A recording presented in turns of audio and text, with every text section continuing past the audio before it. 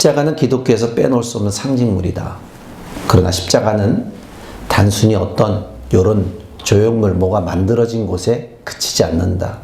그렇기 때문에 그리스도인들은 십자가를 자랑하기도 합니다.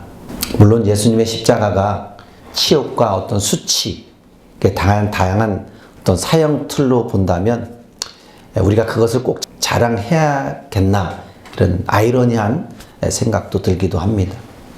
여러분, 초대교회 당시로서는 이 십자가는 혐오스러운 것이지만 현재 우리의 삶에서는 장식품처럼 마치 십자가를 목걸이를 목에다 걸고 그 십자가를 걸고 다니면 내가 평안한 줄 알고 그렇게 치장하는 그런 모습.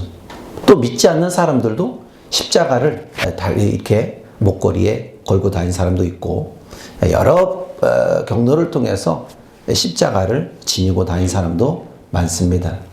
초대교회로 들어가 본다면 우리의 그런 행동이 상상할 수 없는 거죠. 그렇지 않습니까? 그것은 사형틀이었기 때문에 그렇습니다. 그러나 또 다른 성도가 보는 입장에서 본다면은 이 십자가가 헌신과 희생이며 우리에게 끊임없는 헌신과 희생을 요구하는 것으로 볼 수 있음을 또 보게 됩니다. 그렇다면 하나님은 우리에게 헌신과 희생을 요구하시기 위해서 그렇게 십자가를 세우셨을까? 그렇게 예수님을 십자가에 꼭 못을 박아야 했을까? 그렇진 않다는 것입니다. 우리는 하나님의 크고 넓은 어떤 계획된 십자가에 감추어진 일에 대해서 진실을 잘 알지 못합니다.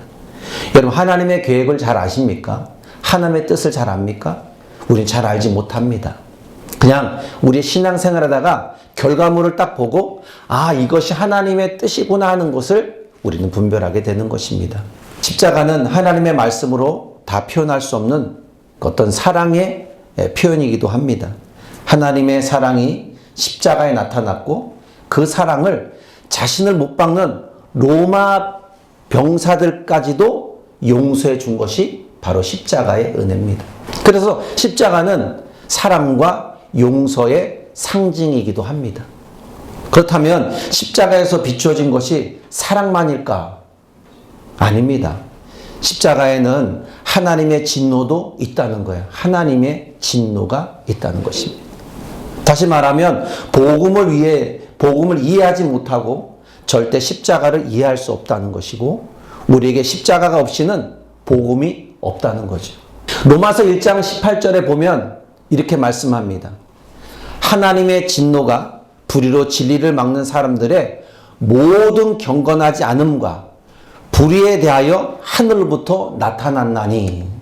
이 말씀 안에는 우리가 다 죄인되며 죄인의 진상을 불경건으로 그 불경건은 불의를 낳기 때문에 우리 모두에게 하나님의 진노가 하늘로부터 임한 거다. 그렇게 말할 수 있습니다. 불경건, 죄인된 모습이죠. 하나님을 없다 하고. 그렇기 때문에 내 맘대로 행동하는 모습. 마치 내 생각, 그것을 그대로 그냥 가지고 가면은 그냥 그것이 그냥 진리인 줄 알고 가는 거죠. 그렇기 때문에 십자가에서 먼저 보아야 할 것은 모든 죄인을 향한 하나님의 진노가 얼마나 무섭게 임했느냐입니다. 그리고 그 진노로 죄가 없으신 독생자 예수에게 부어졌다는 것을 우리는 반드시 보아야 되는 거예요. 그 진노 때문에 독생자 예수가 십자가에 달려 죽으셨다는 겁니다. 여러분, 우리가 십자가에 나타난 하나님의 진노를 이해하지 못한다면 우리는 아직 복음을 제대로 이해한 것이 아니라는 거예요. 그리고 이 복음의 이해는 우리가 죄인임을 인정할 때 가능하다는 것을 볼 수 있습니다. 그래서 고린도전서 1장 18절에 보면 십자가의 도가 멸망하는 자들에게는 미련한 것이지만 구원을 받는 우리에게는 하나님의 능력이다. 그렇게 말씀하고 있습니다. 여러분, 신비한 말씀 아닙니까? 십자가를 통해서 이렇게 우리에게 말씀하고 있지 않습니까? 미련함에서 구원으로 인정하는 것은 십자가의 진노를 이해할 수밖에 없다는 겁니다. 오늘 본문을 보면 예수님이 십자가에 못 박히기 600~700년 전에 이사야 선지자를 통해서 예언의 말씀입니다. 하나님은 이사야를 통해서 메시아에 대한 말씀을 설명해 줍니다. 이것을 볼 때 하나님의 지혜는 우리가 측량할 수 없음을 보게 됩니다.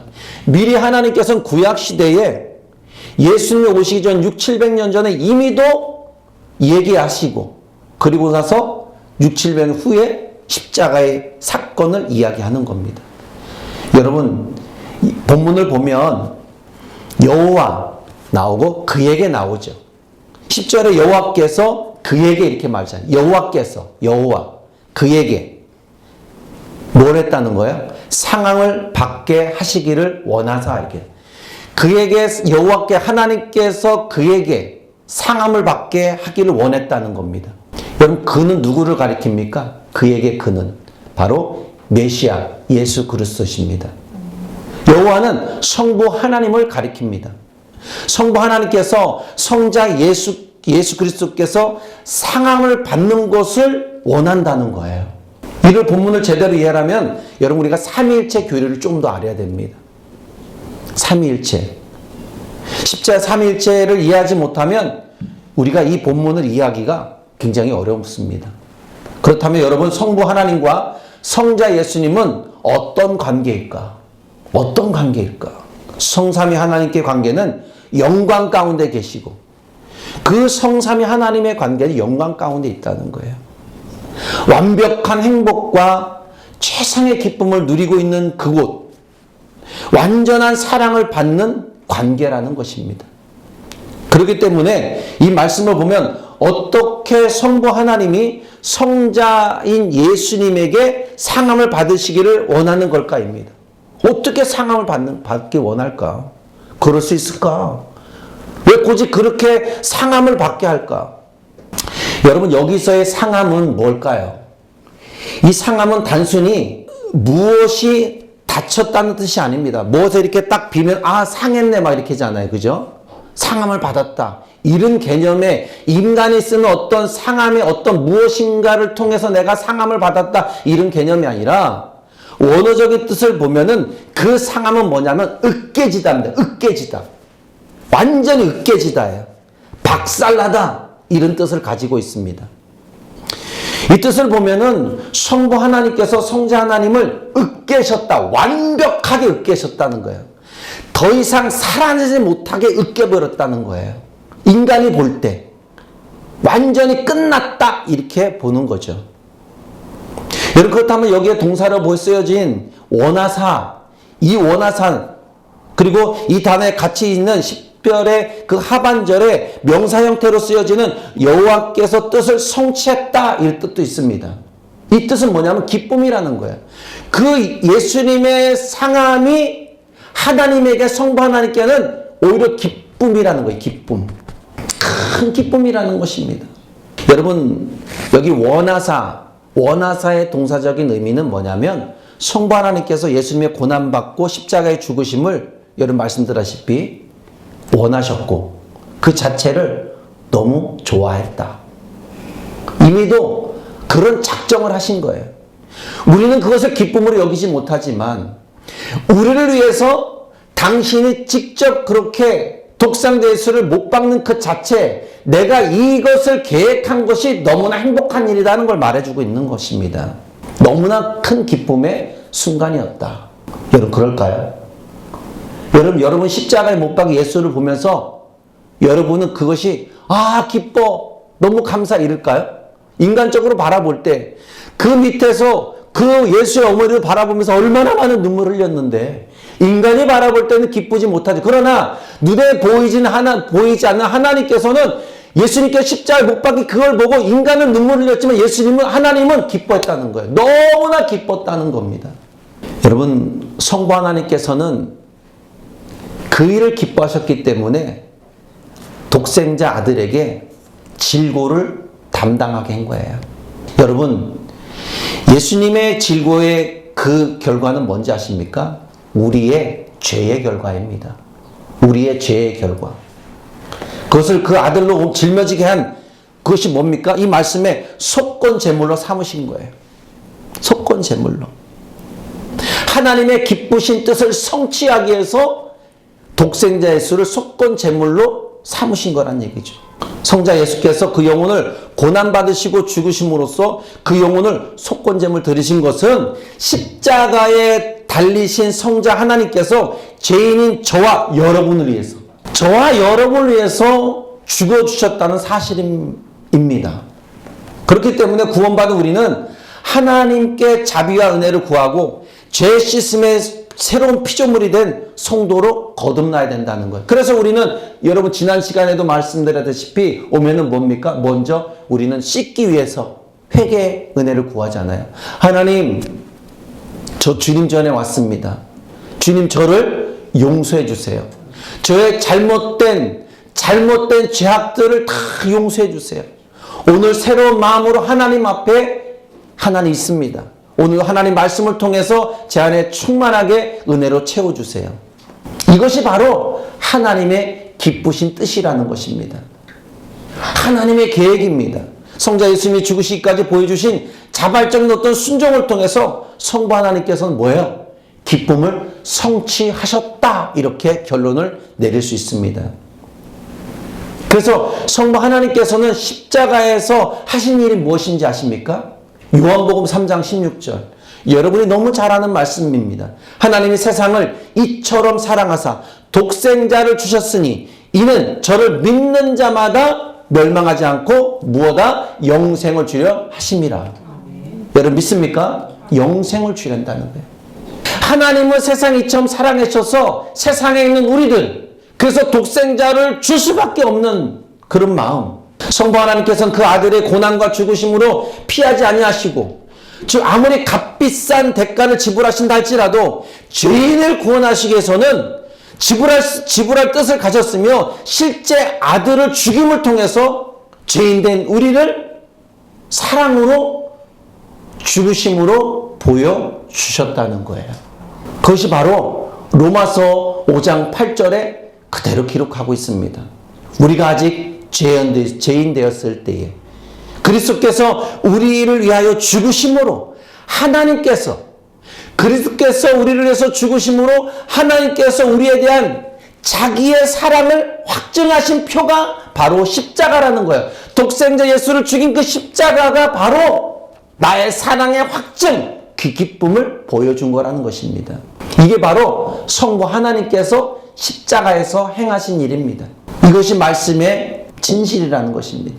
여러분, 하나님의 사랑은 우리가 예측할 수 있는 그런 성질의 것이 아닙니다. 절대 하나님의 어떠한 것도 우리는 예측할 수 없습니다. 우리가 십자가의 진실에 더 깊이 들어가고 십자가에서 하나님의 사랑을 보기 전에 먼저 보여야 할 것이 있다면 그것은 단순히 십자가가 예수님의 사랑만이 보이는 것이 아니라 십자가에 달리신 예수 그리스도께서 누구를 위한 것이라는 걸 보아야 됩니다. 누구를 위한 것이냐. 단지 십자가에 죽으신 예수를 바라보는 것이 아니라 왜 거기서 그렇게 죽었냐. 누구를 위한 것이냐. 그것은 모든 죄인들의 불경건한 자들, 불의를 행하는 모든 자들. 그래서 그 안에 뭐를 보아야 되냐면 십자가 안에서 하나님의 진노하심이 보여져야 된다는 거예요. 근데 그 진노를 예수님께 완전히 다 부으셨다는 거예요. 왜? 그 진노 안에 하나님이 우리를 향하신 하나님의 사랑이 가득히 있기 때문에 그렇습니다. 여러분 이런 말씀 들어보셨습니까? 죄가 많은 곳에 은혜가 있다는 거. 요나서 3장 25절 26절에 말씀합니다. 사도 바울은 이렇게 말하고 있어요. 이 예수를 하나님이 그의 피로 믿음으로 말미암아 화목제물로 세우셨으니 이는 하나님께서 길이 참으시는 중에 전에 지은 죄를 간과하심으로 자기의 의로우심을 나타내려 하심이니 곧 이때에 자기의 의로우심을 나타내사 자기도 의로우시며 또한 예수를 믿는 자를 의롭게 하심이라. 예수를 믿는 자들. 여러분 예수 믿죠? 그러니까 그 예수를 믿는 자들을 의롭게 하신다. 여러분 하나님이 십자가에서 1차적으로 나타내려고 하신 것은 하나님의 의로우시고 거룩하신 성품입니다. 자기의 성품이 십자가에서 얼마나 드러내기를 원하셨는지. 여러분, 나쁜 사람에게는 나쁜 결과를 나타내요. 그러나 좋은 사람에게는 좋은 결과를 나타내는 것입니다. 하나님의 의로우심을 보여주고 그의 의로우심이 예수를 영접한 믿는 모든 자들에게 그 의로움의 의를 그들에게 부어주겠다는 거예요. 그래서 우리는 뭐예요? 용서받은 의인이라고 얘기하잖아요. 우린 용서받은 의인입니다. 예수를 믿음을 통해서 의인 됐다는 그 의인이 뭡니까? 그 영원성을 가지기 위해서 뭐예요? 우리는 용서받은 의인이라고 우리는 그렇게 표현합니다. 여러분, 하나님은 당신의 의로움을 위해 예수를 십자가에 심으셨고 모든 죄인을 위하여서 자기 아들을 십자가에 못 박어 우리를 다시 한번 사랑으로 보여주셨다는 겁니다. 이게 바로 복음입니다. 복음. 복음은 하나님의 뜻이고 기쁨입니다. 여러분, 예수 그리스도께서 자발적인 순종과 죽으심으로 성부 하나님을 가장 기쁘게 그 기쁨을 성취하게끔 만들어줬어요. 오늘 말씀에서 내가 이 일은 성취하기 위함이라 했잖아요. 예수께서 상함을 주게 한 거는 내 뜻을 성취하기 위함이라. 십자가에서 성부 하나님의 계획된 모든 것들을 성자 예수를 통해서 다 나타낸 것입니다. 영혼을 살리기 위해서 어떤 고난, 어떤 대가로도 지불해서라도 하나님은 우리를 포기하지 않았다는 것이 바로 십자가라는 거예요. 여러분 믿죠? 십자가는 우리를 포기하지 않은 거예요. 그래서 그분이 직접 그렇게 매달리신 것입니다. 십자가를 통해서 그렇게 입증해 보이신 것입니다. 11절에 보면 그리스도께서 자기 영혼에 수고한 것을 보고 만족하는 여기는 말씀합니다. 그리고 주님의 십자가 위에서 마지막으로 하신 것이 뭡니까? 다 이루었다 그렇게 말씀하고 있지 않습니까? 여러분, 예수님이 무엇을 이뤘다는 거예요? 도대체 다 이뤘다는 거, 무엇을 이뤘다는 것입니까? 하나님의 기쁘신 뜻과 고난, 그 죽음의 그 뜻을 이뤘다는 거예요. 하나님이 원하는 모든 계획된 것을 자기는 다 순종했다는 거예요. 그래서 다 이뤘다는 것입니다. 우리를 본 것이 아니라 하나님의 명령의 모든 것을 다 실행에 옮긴 그 자체를 기뻐했다는 거예요. 그래서 다 이루었다 말씀하는 거예요. 그래서 11절 하반절에 이렇게 말씀하지 않습니까? 나의 의로운 종이 자기 지식으로 많은 사람을 의롭게 하며 또 그들의 죄악을 친히 담당하셨다. 정확하게 이 말씀이 구약에 있는 이 말씀이 신약의 지금 시대에 나타나고 있다는 사실입니다. 그래서 하나님은 12절에 내가 그 아들을 존귀하게 하시고 승리하면서 전리품을 삼으셨습니다. 이 말씀 안에 그리스도인들은 얻은 최고의 삶이 있습니다. 그것은 뭘까요? 그리스도께서 보여주신 삶, 하나님의 기쁘신 성취의 영광을 위해서 자신의 삶을 얼마나 복종했는지 보여준 거예요. 죽기까지 들으심으로 최고의 삶을 보여준 것입니다. 여러분, 그분의 성품으로 다 보여줬어요. 그래서 우리는 뭐예요? 예수 닮기 원합니다. 여러분, 십자가만 바라보시길 바랍니다. 십자가는 우리에게 희생을 요구하는 것도 아닙니다. 헌신을 요구하는 것도 아닙니다. 우리는 광야 같은 세상에 살고 있습니다. 여러분, 이 광야 같은 세상, 우리를 짓밟고 무너뜨리는 이 광야, 조금만 일었으면 또 일어선 것을 또 무너뜨리고 내가 계획하고 뭔가 성공 이루고자 하면은 주변에서 그걸 못 보고 시기 질투해서 나를 또 짓밟아버리는 이 광야 같은 세상입니다. 그런데 그 광야 같은 세상에서 민수기 12장 9절에 말씀 보면 이스라엘 백성들이 광야에서 불뱀, 그 불뱀에 물립니다. 세상에 온갖 더러운 것 때문에 찢김을 당한다는 거예요. 우리로 표현한다면. 그래서 죽게 됩니다. 그랬을 때 높은 장대에 매달린 놋뱀을 그저 바라보기만 하라는 거예요. 바라보기만 했을 때 어떤 결과물을 나타내느냐. 예수님은 우리를 위해 죽으신 분, 하나님은 우리의 십자가에 달리신 예수 그리스도, 십자가에 그 아들을 매달려 하나님의 진노를 쏟아부으신, 죄인들을 사랑하셨던 하나님의 기쁘신 뜻을 여러분 그 십자가를 통해서 바라보라는 거죠. 나를 위해서 얼마나 많은 것들을 그 십자가에서 감당하셨는지. 십자가를 바라본다는 것은 나의 죄를 하나님의 관점으로 보는 것입니다. 내 죄를 하나님 말씀의 관점으로 본다면은 여러분 그 죄를 세상과 타협할 수는 없죠. 내가 지은 죄를 하나님 관점을 통해서 말씀을 거울로 비춰봤을 때 여러분 죄가 완벽하게 잘못된 것이라는 걸 드러나죠. 나의 형식적인 것, 나의 타협적인 모든 것들이 그냥 그대로 다 들춰지는 것입니다. 십자가는 죄를 미워하게 합니다. 그 미워하게 하는 힘이 이상하게 십자가에 있습니다. 왜 그럴까요? 그것은 죄가 예수 그리스도를 죽게 하셨기 때문입니다. 그리고 십자가는 나의 죄 본성 십자가에 못 박으도록 인도하는 것입니다. 내가 누구인지, 내가 어떤 죄인인지, 그리고 하나님이 어떤 분인지 그의 의와 사랑을 진실하고 정직하게 보여주고 말해주고 있는 것이 바로 십자가라는 사실을 우리는 또 명심하고 알아야 된다는 것입니다. 십자가를 바라볼 때 난 하나님의 자녀이며 어떤 가치를 통해서 지불된 하나님의 자녀인지를 알게 됩니다. 그냥 우리는 거저 이 자리에 앉아 있는 것이 아닙니다. 하나님의 죽으심을 통해 지불된 하나님의 자녀로서의 모습으로 여기 이 구절에 있는 것입니다. 절대 공짜가 아닙니다. 우리의 목숨을 주어도 살 수 없는 무한한 값을 하나님께서 은혜로 거저주셨다는 사실. 거저주셨다는 사실. 여러분 우리가 받은 구원의 복음을 잘못된 언어와 행실로 싸구려로 만들어서는 안 됩니다. 성경이 보여준 방식대로 십자가를 바라보는 그 구원받은 우리는 복음을 싸구려로 만들어서는 안 된다는 거예요. 나의 행실이 잘못된 것을 보면 그 복음은 싸구려로 만드는 거예요. 하나님은 나에게 야야 너 그렇게 살지 마 하는데 나는 내 방식대로 살아버려요. 그럼 어떻게 해요? 나는 싸구려 인생이 되는 거 아니겠습니까? 받아들인 내 복음이 싸구려가 되지 않겠습니까? 나를 바라보고 상대방이 어떻게 예수 믿겠어요? 그렇지 않습니까? 삶에 아무런 이유를 달지 마시고 십자가에 나타난 하나님의 구원의 방식을 여러분이 받아들이시길 바랍니다.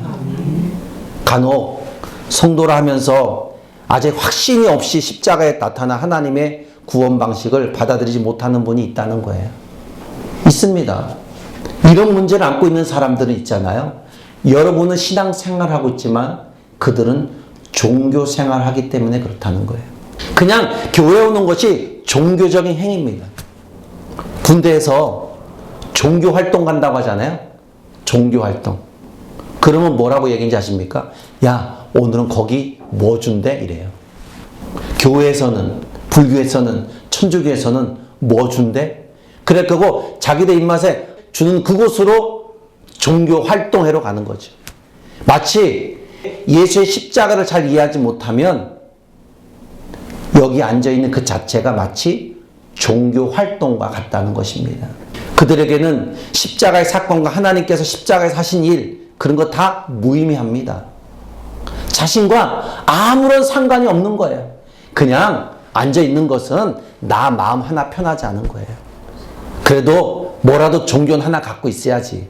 그래야 내가 어려울 때 그렇게 의지하고 기도하면 된다고 하니까. 정말 그럴까?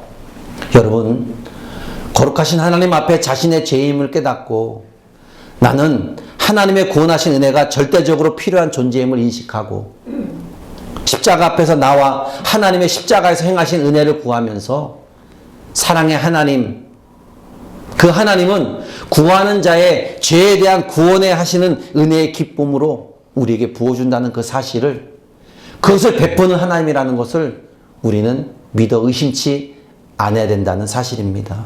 여러분, 우리가 받을 수 있는 것은 하나님의 귀한 축복된 은혜입니다. 그리고 이런 하나님께 나갈 수 있는 귀한 것은 그분에게 많은 것들이 있기 때문에, 내게 없는 것 그분에게 다 있기 때문에, 내가 해결할 수 없는 것 그분이 해결할 수 있기 때문에, 이것이 하나님께서 죄인들에게 열어주신 구원의 길이고 바로 복음입니다. 우리에게 천국 소망에 구원받을 만한 다른 길은 없다는 것입니다. 이제는 나의 생각이 중요하지 않습니다. 절대 나의 생각이 중요하지 않아요. 하나님은 내 생각에 맞춰 움직이는 분도 아니고 내 생각대로 그분 앞에 나갈 수도 없습니다. 그분이 나를 부르시는 타이밍에 나는 죄인이라고 인정하고 십자가의 방법으로 구원을 얻는 것, 그 길밖에 없다는 거예요. 그래서 내가 길이요 진리요 생명이니 나로 말미암지 않고서는 하나님께 갈 자는 아무도 없다고 우리 예수님 말씀하시는 겁니다. 바울은 고린도전서 1장에서 십자가의 방법은 멸망하는 자들에게 미련한 것이라고 선포합니다. 그러나 우리들에게 뭐라고 말합니까? 구원받는 우리들에게는 하나님의 능력이라. 여러분 믿죠? 세상 사람들에게 미련한 것이에요. 그렇게 보일 수 있어요. 그 십자가가 뭔데? 그러나 구원받는 우리들에게는 그것이 능력이라는 것이죠. 여러분 하나님이 구원하는 능력은요, 십자가에 달려 죽으신 예수 그리스도 안에서 구원의 길밖에 없다고 말해주는 것입니다. 하나님이 우리를 향하신 열심을 위해 십자가가 사역을 펼치신 것처럼 우리 모두는 하나님의 열심을 위해 노력하고 또 예수 그리스도의 은혜 속에 선택받은 부름을 받음을 통해서 우리 그 일을 위해서 오늘도 여러분의 입술은 복음을 위해 움직여야 될 줄 믿습니다. 내가 지금 고난받는 이것만을 다 상기하지 마시고 왜 하나님께서는 지금 나에게 이런 고난의 문제들이 있을까? 이걸 기도하면서 복음으로 접근하고 하나님 말씀으로 해석해 나가는 그런 그리스도인이 되기를 축복합니다. 그것이 내게 자랑이 돼야 되는 거예요. 원망이 아니라 오히려 그것이 내게 자랑이 되어서 하나님께서 나를 향하신 하나님의 귀한 방법의 그 뜻이 나를 위해 더 있구나는 생각을 가지게 만드는 것입니다. 여러분 우리는 십자가가 아니면 자랑할 것이 없는 성도가 되어야 될 줄 믿습니다. 나를 선택하신 그 하나님 앞에 하나님의 열심을 통해서 십자가의 그 모든 계획을 만드신 것처럼 나도 그 십자가에 들어가서 하나님의 열심을 내 안에 품고 예수 그리스도의 마음을 품고 십자가 아니면 나는 자랑할 것이 없는 그런 사람이라고 고백하며 오늘도 살아가야 됩니다. 내가 그렇게 자랑하기를 소원하는 것들, 경력, 명예, 무엇이가 이룬 업적들, 권력, 경제적인 능력, 이런 걸 다 분토처럼 여겨야 되는 거예요. 바울이 이렇게 말합니다. 갈라디아서 6장 14절에 말씀합니다. 그러나 내게는 우리 주 예수 그리스도의 십자가 외에는 결코 자랑할 것이 없나니. 할렐루야. 내게는 십자가 밖에 없다는 겁니다. 그리스도로 말미암아 세상에 나를 대하여 십자가에 못 박히고 내가 또한 세상에 대하여 그러하겠다. 나의 모든 자들 다 십자가에 다 못 박아버리고 예수의 복음을 위해서만 살겠다고 고백하는 것입니다. 이것만 내가 자랑하겠다. 할렐루야. 예수 복음 그 십자가만 자랑하겠다. 내가 지금까지 자랑하는 업적들, 권력들, 명예들, 돈도 자랑하고 싶은 모든 것들을 나 이제 십자가에 다 못을 박아버리겠다. 여러분 이것이 여러분의 신앙 고백이 되기를 축복합니다. 이제 우리는 십자가 외에는 결코 자랑할 것이 없다면 우리는 부끄러운 자들이 되는 겁니다. 저는 강단에서 십자가의 복음을 자랑하고 그 중심적으로 말씀을 전하고 여러분은 그 받은 말씀을 여러분 광야의 삶에서 예수 십자가의 복음만을 증거하는 여러분의 삶이 되기를 축복합니다. 나의 열심이 무엇인지를 나타내 보이는 것은 선택받은 자녀로서 부끄럽지 않은 성도가 되는 겁니다. 삶에서 그 무엇도 하나님의 열심을 대신할 수는 없습니다. 하나님의 열심을 위해 인생을 남김없이 여러분 투자하기를 축복합니다. 이것이 나를 선택하신 하나님께 십자가를 선택한 저와 여러분의 하나님을 위한 최고의 행복한 삶이 되기를 주의 이름으로 축복합니다.